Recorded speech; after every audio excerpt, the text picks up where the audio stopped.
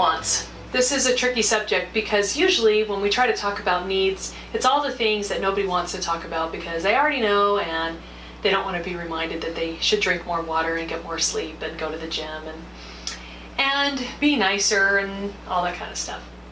But when we really understand, I think really internalize that needs are really where it's at, that we do have some genuine fundamental needs and that meeting them brings joy, then we have greater motivation to fulfill them. We talked about, we want to diagram how we increase our power. Now, we want to define power. You might define it in the world by saying that power is influence, whether it be through force or inspiration, through force or freedom. But I think the proper definition, God's definition, would be influence for good. So power is influence for good. So how are you going to increase your power? How are you and I going to have greater influence over ourselves and if nothing else, just our home environments? Well, the way that we have to do that is have discipline over time. Like an equation, you could put discipline over time equals power. Well, what is discipline? Discipline is strict adherence to true principles. It's when we do it. We live the law, live the law, live the law. We do that over time. We have increased power and increased influence. So the work in this sense is doing those tasks necessary to discipline ourselves. And if we want it to have positive impact, if we want to have power for good, then we're going to have to use that discipline. We're going to have to do the work tasks that fulfill real needs, that fulfill the real needs in ourselves and others. We can't go around handing out candy and expect everybody to be thin and healthy.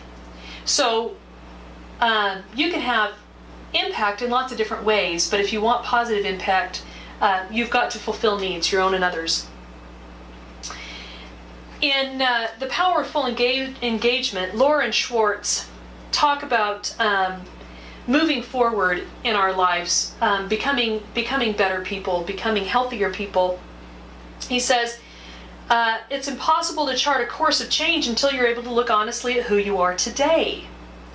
In the next stage of our process, their process called Face the Truth, the first question we ask clients is, how are you spending your energy now?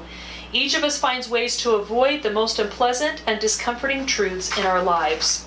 We regularly underestimate the consequences of our energy management choices, failing to honestly acknowledge the foods we're eating, how much alcohol we're consuming, what quality of energy we're investing in our relationships with our bosses, colleagues, spouses, and children, and how focused and passionate we really are at work.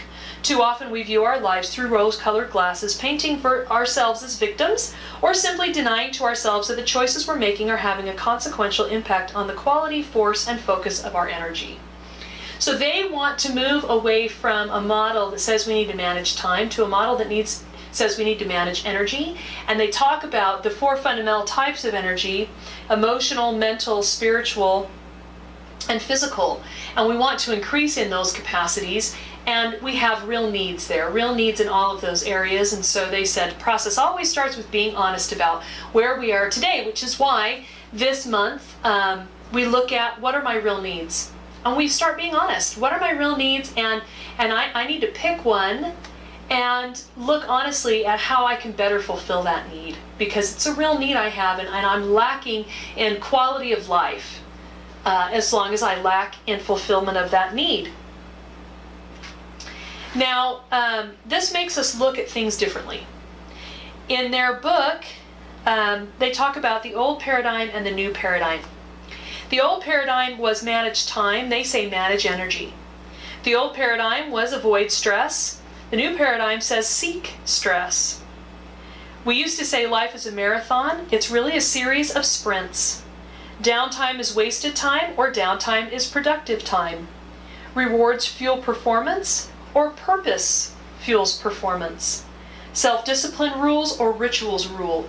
That doesn't mean you're not self-disciplined. It just means that instead of just trying to force yourself to do everything, you put habits and behaviors into your schedule that allow you to have that self-discipline because you just follow your schedule.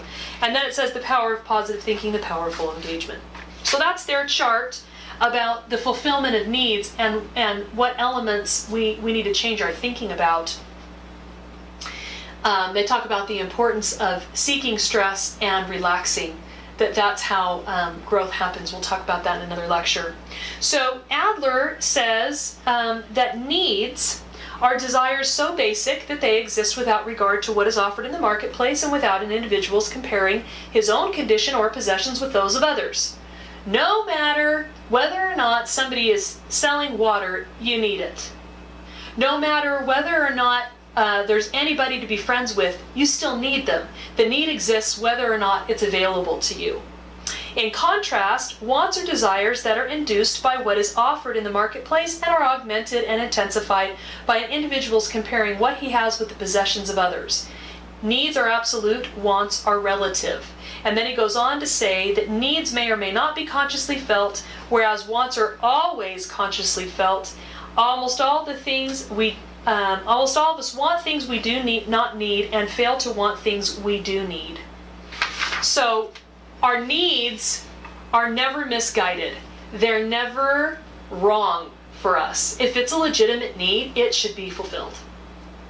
And it's always going to be what's right for us, although we may not always be thinking that that's what we need. There's a lot of data about how one of the reasons why we have an overweight problem today, not just that we have, a prosperous society, but one of the problems is that people don't understand the trigger mechanism in them anymore for drink. They drink a lot of things that actually dehydrate them rather than hydrate them. And often what they're feeling is thirst and they think it's hunger, so they overeat instead of just drinking water or something that will genuinely quench the thirst. So that's a need that isn't consciously felt, but still exists. And when it's not met properly, then things get out of order. Now Adler lists a bunch of goods. Several goods. Or needs. I'm going to touch on his really quickly. He says there's needs. Our body has needs, physical health. We have financial needs in the marketplace and having our own money and a little more. Political needs. We need to have peace in our society. We need to have equality of status. That's social good or need. Personal associations. We need relationships and love. Goods of the mind, so we need intellectual virtues, and goods of character. We need temperance and fortitude and justice. Now I want to add 3 needs or goods to his list that I feel that in my experience, if they are not met, the maximum life fulfillment does not happen for people. The maximum amount of happiness and success is not there. I would say that there is an 8th need or good, which I would call the good of the soul. That our soul, we have a spirit that needs to be fed, and it needs a connection with a supreme being, and it needs an understanding of who we inherently are outside of our physical frame. 9, I would say we have a good need for personal purpose, and this would include self-discovery and the opportunity to share gifts with others, but it would also be having an overriding purpose in our lives. What is it that we're here for? What is it we're going to do with our lives? How are we going to express ourselves in the world? And without a personal purpose, people become lost, and we'll spend more time on that with Frankl. Then there's the goods of service and sacrifice. This is something that may seem strange on this list, but my experience is that if that need isn't being met, that this downward spiral of selfishness and focus on self leads to less happiness and fulfillment in life. That true joy only comes when the need to make genuine sacrifices for others is met. C.S. Lewis talks about philanthropy and how if it doesn't hurt us, if it doesn't cost us something, if it doesn't keep us from having something that we want, it probably wasn't a real sacrifice. And that is true of our time, our resources, our love, and our abilities. Maslow's hierarchy of needs is a really popular thing taught in a lot of schools today. There's a lot of truth in it. And he built this pyramid where he said, okay, so we have needs. Needs are absolute. He agrees with Adler there. And all human beings have the same needs. This goes back to truth and God argument. And it also, he says, if certain needs aren't met in a certain, there's somewhat of a loose order, and there's exceptions, and Frankl would talk about some of those exceptions, but by and large, for most people, if these needs aren't met kind of in this order, then there's a lack. And he says, if you don't build them correctly in this order, he talks about how when you try to overstep one and you don't gratify the need genuinely, and you pretend, he says people will pretend that they've been gratified or that they don't exist, that person then permits himself to grow on to higher need levels, which of course forever after rest on a very shaky foundation. So we want to have a solid foundation of needs met, and that's going to mean some physical needs first. So if you look on that bottom rung, biological and physiological needs, if you don't have air, that's all you're focused on. Or water, or food, or shelter, or clothing, that's all got to be met. Which is why we can't even work with people until those needs are met. Then we have safety needs. If you feel like somebody's going to come in and take your stuff anytime, or you live in a lawless area, then you can't focus on any other needs until you feel safe.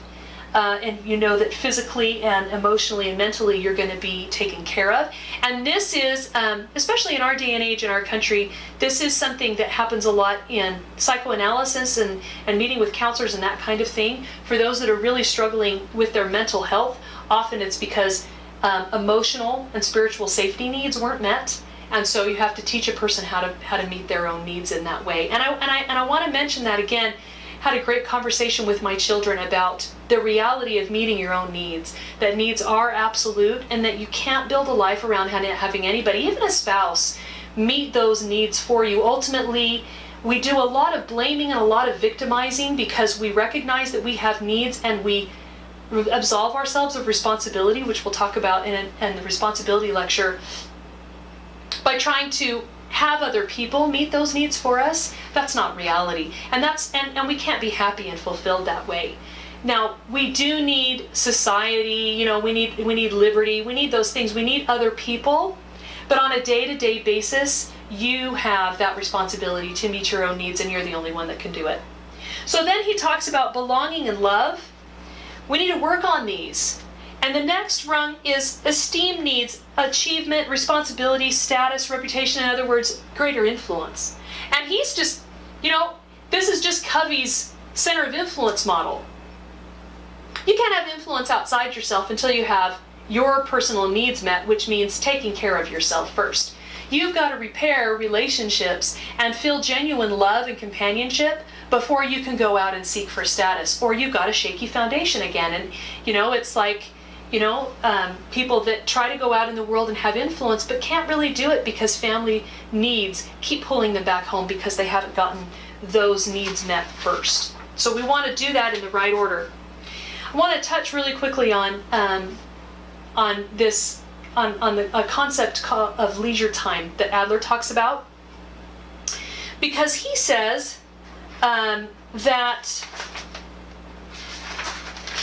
the good or happy life is a life lived in the cultivation of virtue. Another way of saying this is that a good life or the happy life is concerned with leisure. The good life depends on leisure, but it depends on labor, but it consists of leisure. Leisure activities are the constituents of happiness. This is something that doesn't get talked about hardly at all, and it's on Adler's need list. It's on my need list. We have needs of leisure. There's certain activities that we have to discipline ourselves to take time for if we're going to be happier and more fulfilled. So he divides the day up. He says there's sleep. He says we all need sleep. It's a need. He combines sleep with all the things to maintain the physical body. Exercise, eating, that kind of thing. He gives it 8 hours. I'm going to give it 10. I'm going to say we went to the gym and we showered and we cooked healthy meals, and it took us 10 hours to take care of those physical needs in a given day out of 24. Then he says we need work. So we need food and shelter. That means we have to get paid somehow to do what we do. So we need work. And he gives it 8 hours again, but I'm going to give it 10 because you may have a longer commute. You may have to work late sometimes. Then he says, okay, so then we have free time. If we're not working and taking care of our body, then we have time, free time. So there's two kinds of free time. There's play, which is recreation, amusement, pastime, all ways of killing time, he says. There's the first kind, which is a healthy kind, which is biologically rewarding. This could be sports, this could be exercising the body, vacation, recreating. You know, those are good, healthy pastimes, things to do. If they're genuinely rejuvenating, then they're a good thing to do, but in moderation, he explains later. So then, the second one he calls pleasure seeking. Many of the obvious disorders of human life result from improper understanding of the order of these parts. So when we have free time, we can just, spend a little bit of that time in play, real good play. And if there gets to be too much of it, or if it becomes pleasure seeking, then he says it's distorted. For example, he says, sleeping for its own sake, which is at least neurotic, and at worst suicidal. Working as an end in itself, which is a complete perversion of human life. Working for the sake of play, which is certainly a misconception of leisure. For free time, as time to kill, is in pleasure seeking. Play for its own sake in order to kill time or escape boredom is as neurotic as sleep for its own sake.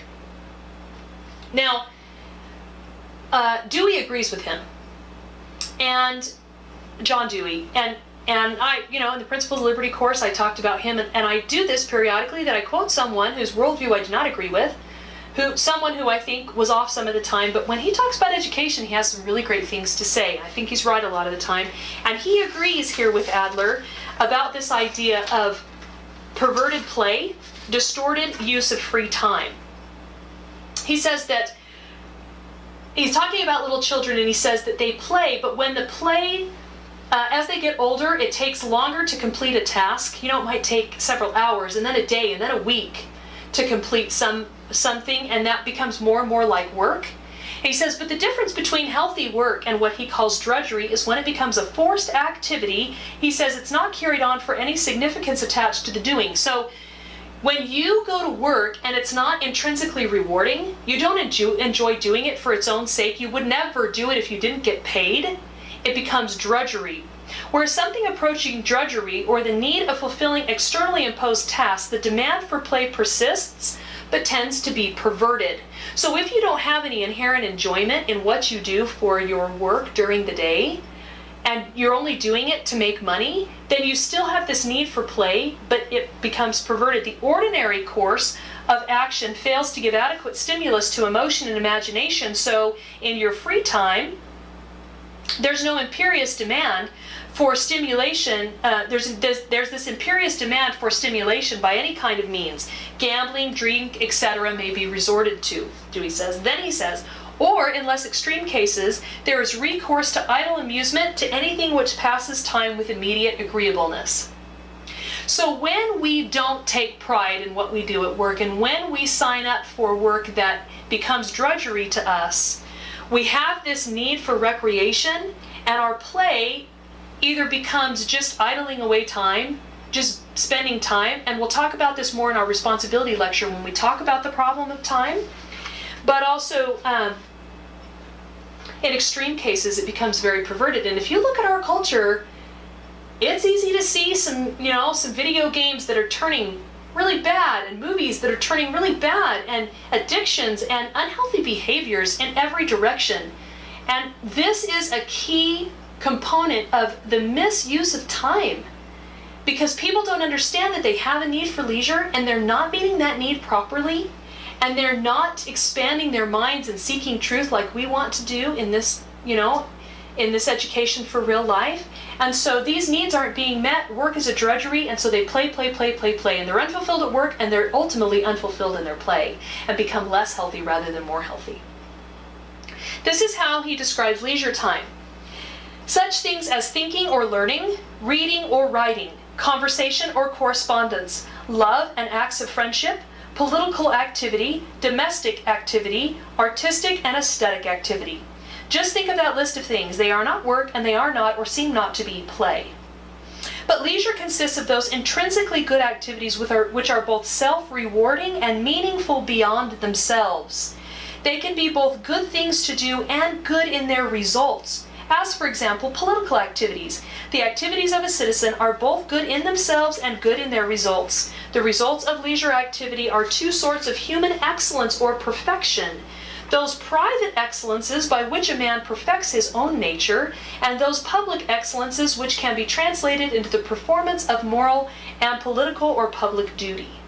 In other words, there are some things that we can use our time to do that's completely a choice, and they're good in and of themselves. They're enjoyable to do no matter whether or not anyone's looking, and whether or not you get paid.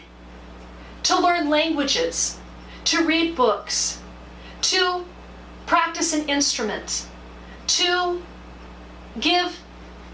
play with children, to babysit the neighbor's children, to send humanitarian packages across the world. Those are activities that are intrinsically rewarding. They have their own natural reward, and it is our makeup letting us know, our mind and our soul telling us, good job. That was a good thing for you to do. And guess what? They always bless the world as well as us. They end up having their own value in the world as well as for us personally. Now, people will say they don't have time. And you and I know that's silly. You know we have time. It's just a choice. It's a choice to turn off the TV and learn a language instead. It's the choice to better ourselves, and it's tough. It's tough because our nature is to be sedentary and not challenge ourselves. But that is why Adler said leisure activities are where happiness is. Because you're doing things that grow, that make you grow, cause you to grow, cause others to grow.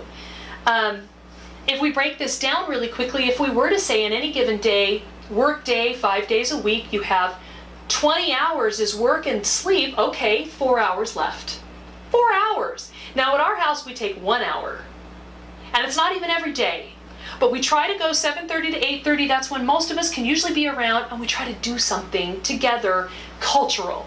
We practice violin, we read Shakespeare, we listen to books read aloud, we do puzzles, we draw and practice our drawing, we play with the globe, we do all kinds of things that better us as individuals, and they create more unity. Now, if you were to say that on the weekend you have extra sleep and around the house tasks, you have an extra 48 hours there where you probably don't work, let's say 20 of them are gone. You're still looking at 40, even if you say 28 are gone, you're still looking at 40 hours a week. 20 during the week and 20 on the weekend that you really can make a choice to do with that time whatever you would like to do. And you know, it's like Louis L'Amour said, he says, people say they don't have time, but that's silly because I read 25 books one year while waiting for people. You know, your commute time is leisure time. Laying in bed in the evening. They're all, you know, when I do stuff when I'm cooking and when I'm cleaning. We have all kinds of tools available to us. There's really no excuses anymore. Adler says there's one more element of our day or our week, and he calls it rest. He says it's not play, and it's not leisure, and it's not sleep. It's rest. Now I would say that that's the needs of the soul. That's when we fill up and we become more in tune with who we really are. He talks about it this way. Among those who share the confusion about what rest is, are persons who think that Sunday is a day to be spent in aesthetic, speculative, or liberal activity, or that going to the theater or a concert or indulging in some form of sport is the proper observance of the day. I'm not trying to preach the doctrines of a strict Sabbatarian. This is not the purpose of this lecture, but nevertheless I keep asking myself, what can be the meaning of the admonition to remember the Sabbath day to keep it holy? So that's something to think about. Rest is a different distinction of our time, and we need to make time for that as well. He says that earning a living, in short, and keeping alive must be for the sake of living well.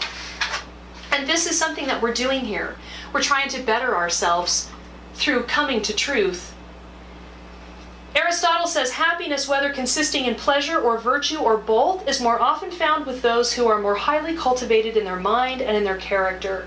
He also said, let us acknowledge then that each one has just so much of happiness as he has of virtue and wisdom and of virtuous and wise action. Adler goes on to say, in this article we've been quoting from, I say that the mark of the happy man is also the sure sign that he is liberally educated, namely, that you never find him trying to kill time. That's the people we want to be. The people who know how to use their time properly, and they use it to meet their real needs. And as they meet their real needs, their capacity increases, and they have the ability to help others meet their real needs. And that's the cause of true happiness. I want to end with Adler. Whether in the years ahead you take advantage of the education you've received depends entirely on you. It will depend on the choices you make with regard to the activities or occupations that fill the free hours of your life. The chief ingredients of a life well lived are the activities of learning and of creative production. These two things, learning and creativity, constitute leisure, in sharp contradistinction to play, recreation, and idling as other ways in which human beings spend time. A good human life is one that is enriched by as much leisure as one can cram into it. That's what we're about. And this course is part of that whole process. So ponder your real needs, turn this off, write down your thoughts, and we'll see you next class.